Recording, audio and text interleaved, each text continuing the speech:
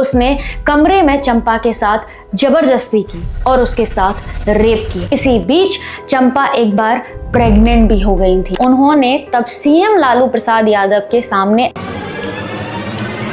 अपनी बात रखने की कोशिश की, लेकिन उन्होंने सिर्फ ये कहा, जो हुआ उसे भूल जाओ। चंपा विश्वास और मृत्युंजय यादव के बीच एक रोमांटिक रिलेशनशिप चल रहा था। चंपा के लिए बताया गया कि वो मृत्युंजय पर शादी के लिए प्रेशर डालने लगी थी। आईएएस और उनकी पत्नी का बिहार में रहना बहुत मुश्किल हो गया था।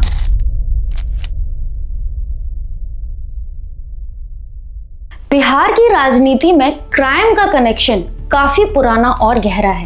आज जो बात मैं आपको बताने जा रही हूँ वो उस समय की है जब बिहार में जंगल राज अपने चरम पे था।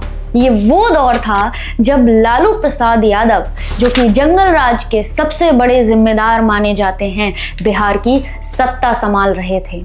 ये समय इतना खराब था, आप इस बात से अंदाजा लगा लो कि पॉलिटिशियंस और उनके परिवार के द्वारा किए गए रेप्स और मर्डर जैसी घटनाएं अब लोगों के लिए आम बात हो गई थी। मगर फिर कुछ ऐसा हुआ कि बिहार के लोग जो अब तक इन सब चीजों के आदी हो चुके थे, उनको भी इस इंसिडेंट ने हिलाकर रख दिया था। 1995 का बिहार राजनीति और पावर का गलत इस्तेमाल अपनी चरम सीमा पर था। ये कहानी है एक आईएएस ऑफिसर की पत्नी चंपा विश्वास की, जिनकी जिंदगी में बिहार आना एक दुर्घटना से भी ज्यादा भयानक और डरावना साबित हुआ। बीबी विश्वास 1982 बैच के एक आईएएस अधिकारी थे। उनकी पोस्टिंग बिहार के लेबर डिपार्टमेंट में डॉक्टर ऑफ सोशल सिक्योरिटी के पद पर हो जाती है। उन्हें एक क्वार्टर अलॉट किया जाता है जो कि पटना के बेली रोड पर स्थित होता है। ये आवास आरजेडी की विधायक और सीएम लालू प्रसाद यादव की बेहद करीबी हेमलता यादव के ठीक बगल में था। अब आप ये नाम याद रखना, आपको आगे खुद ही पता चल जाएगा कि मैंने ऐसा क्यों बोला था। बीबी विश्वास अपनी वाइफ चंपा विश्वास के साथ उस क्वार्टर में शिफ्ट हो जाते हैं। 7 सितंबर 1995 चंपा विश्वास के घर पर एक फोन आता है। वो फोन हेमलता यादव के घर से किया गया था। फोन पे हेमलता यादव कहती हैं कि उनके नौकर की तबीयत बहुत खराब है, क्या वो मदद करने आ सकती हैं? चंपा एक संवेदनशील इंसान होते हुए तुरंत मदद के लिए चली जाती हैं। ऑब्वियस है, कोई भी चला जाएगा। अभी तक सब कुछ नॉर्मल चल रहा था और उन्हें अभी तक कुछ अनकंफर्टेबल नहीं लगा था, तो उन्होंने जाने से पहले एक बार भी नहीं सोचा। ऑब्वियस है, हम सब में से भी कोई नहीं सोचेगा।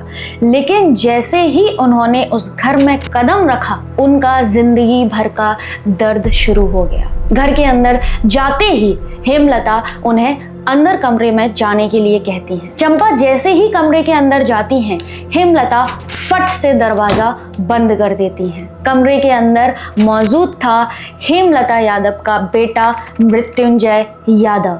वो उस समय तकरीबन 27 साल का था। मृत्युंजय की गलत नजर चंपा पर पहले से ही थी। उसने कमरे में चंपा के साथ जबरदस्ती की और उसके साथ रेप किया। आपको बता दें कि जब ये सब हो रहा था, तब बाहर वाले कमरे में ही हेमलता यादव और आरजेडी के कुछ और नेता भी बैठे हुए थे। चंपा के चीखों की आवाज वहां मौजूद लोगों तक गई, लेकिन किसी ने भी मदद नहीं की। हेमलता यादव ने बाहर बैठकर इन सब का तमाशा देखा और फिर जब चंपा को कमरे से बाहर निकाला तो उसको धमकी भी दी। बोला कि जो हुआ उसे यहीं भूल जाओ। तुम्हारे कुछ फोटोज और वीडियोस हमारे पास हैं। अगर ये बात किसी को भी पता चली तो तुम्हारी इज्जत मिट्टी में मिल जाएगी, तुम्हें हम बर्बाद कर देंगे। चंपा जब अपने घर पहुंची तो वो इतना शौक में थी कि उनको समझ में ही नहीं आया कि अचानक उनके साथ ये क्या हो गया। जिन तरीके के दरिंदों को उन्होंने सिर्फ हिंदी फिल्मों में देखा था, आज चंपा उनके सामने थी और वो खुद शिकार बन रही थी। वो इतने सदमे में थी कि ये बात वो आईएएस ऑफिसर बीबी विश्वास को भी नहीं बता पाई। चंपा का ये दर्द वहीं खत्म नहीं हुआ। मृत्युंजय अब बार बार उनका शोषण करने लगा। उसका जब मन करता वो तब चंपा को बुला लेता या उनके घर चला जाता। वो सिर्फ चंपा तक ही नहीं रुका, जिसने भी इस बारे में आवाज उठाई, मृत्युंजय ने उसको अपना शिकार बना लिया। चाहे वो उनकी घर की काम करने वाली लड़कियां हों, उनकी भतीजी, यहाँ तक कि आईएएस के माँ के साथ भी जबरदस्ती करने की कोशिश की। ये सिलसिला लगभग 2 साल तक चलता रहा। इसी बीच चंपा एक बार प्रेग्नेंट भी हो गई थी, जिसका अबॉर्शन उन्होंने कोलकाता अपने घर जाकर कराया और साथ ही साथ नसबंदी भी करा ली, क्योंकि ये वो उम्मीद छोड़ चुकी थी कि अब उन्हें इस हैवान से कौन ही बचा पाएगा। इसी बीच जब आईएएस बीबी विश्वास को ये बात पता चली तो उनके पैरों तले जमीन खिसक गई। ऑब्वियस है, तब दोनों ने मिलकर हिम्मत जुटाई और जस्टिस के लिए लड़ना शुरू किया। उनको लगा था कि वो एक आईएएस अधिकारी हैं तो उनकी बात सुनी जाएगी, मगर ये राह उनके लिए भी बहुत मुश्किल साबित हुई। सिस्टम से उन्हें न्याय तो नहीं, सिर्फ डिसअपॉइंटमेंट ही मिला। पुलिस और अधिकारियों ने उनका साथ देने की बजाय उनकी ही आवाज को दबा दिया। यहाँ एक पॉइंट और बता देती हूँ कि आईएएस बीबी विश्वास दलित वर्ग से थे। आखिरकार उन्होंने तब सीएम लालू प्रसाद यादव के सामने अपनी बात रखने की कोशिश की, लेकिन उन्होंने सिर्फ ये कहा, जो हुआ उसे भूल जाओ, केस करने का कोई फायदा नहीं है। इस जवाब ने चंपा और उनके पति को अंदर तक हिला दिया था, लेकिन उन्होंने फिर भी हिम्मत नहीं हारी। चंपा विश्वास ने गवर्नर सुंदर सिंह भंडारी को लेटर लिखकर न्याय की गुहार लगाई। इस लेटर में उन्होंने बताया कि कैसे मृत्युंजय और उनके साथियों ने धमकी, लालच और हिंसा का यूज करके उनके साथ गलत किया। ये सुनकर गवर्नर ने तुरंत डीजीपी को जांच के आदेश दिए। ऑपोजिशन के नेता और बीजेपी के विधायक सुशील कुमार मोदी ने भी इस इंसिडेंट पर एक प्रेस कॉन्फ्रेंस किया। जब ये बात मीडिया तक पहुंची तो पूरे देश में हड़कंप मच गया। तब जाकर पुलिस डिपार्टमेंट ने एक्शन लिया, जिसके बाद मृत्युंजय कुमार यादव को पुलिस ने अरेस्ट कर लिया। लोअर कोर्ट ने मृत्युंजय को गिल्टी करार देते हुए सजा सुनाई, जिसमें वो लगभग 5 साल तक जेल में रहा। उसकी मां हेमलता यादव को भी 3 साल की जेल की सजा मिली। कुछ दिन बाद दोनों को बेल मिल गई। फिर 2002 में पटना की लोअर कोर्ट ने अपना फैसला सुनाया, जिसमें मृत्युंजय यादव को इस हीनियस क्राइम का दोषी मानकर 10 साल की कठोर कारावास की सजा सुनाई गई।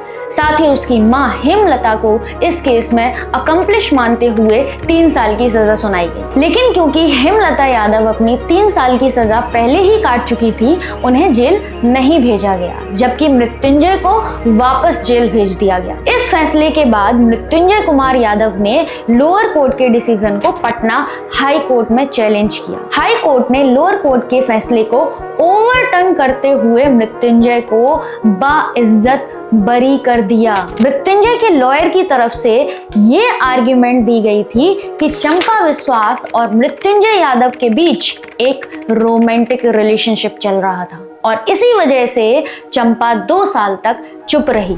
और जज ने भी ये सवाल की कि 2 साल तक आप चुप क्यों रही? अगर तुम्हारे साथ ये सब हो रहा था तो तुरंत क्यों नहीं बोला? यहाँ पर मैं आपको ये बता देती हूँ कि अगर हमें कोई गलत तरीके से भी देखता है या फिर गलत तरीके से टच करता है तो उसको रोकने के लिए भी हिम्मत की जरूरत होती है।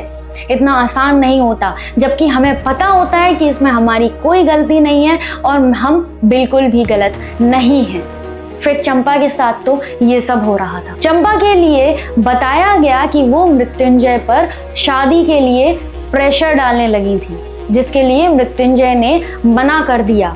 इसके चलते उन्होंने झूठा इल्जाम लगाना शुरू कर दिया। इन सब के बाद आईएएस और उनकी पत्नी का बिहार में रहना बहुत मुश्किल हो गया था, तो वो दिल्ली शिफ्ट हो गए। कुछ समय बाद ही जब झारखंड स्टेट बना तो उनका ट्रांसफर वहां ही हो गया था, जहां हेल्थ इश्यूज के चलते आईएएस ऑफिसर की डेथ हो गई थी और उसके बाद चंपा वापस अपने घर कलकत्ता चली गई। कहा जाता है कि वो एक गुमनाम जिंदगी रहने लगी और फिर किसी को उनके बारे में नहीं पता कि वो कहां पर है। ये कहानी सिर्फ एक चंपा की नहीं थी, ये कहानी सिस्टम की है जो शोषण के समय अंधा हो जाता है।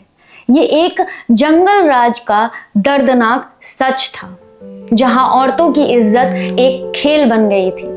ये सब देखने के बाद एक सवाल मेरे जहन में और घूमता रहता है कि असली पावर एक्चुअली होती किसके पास है।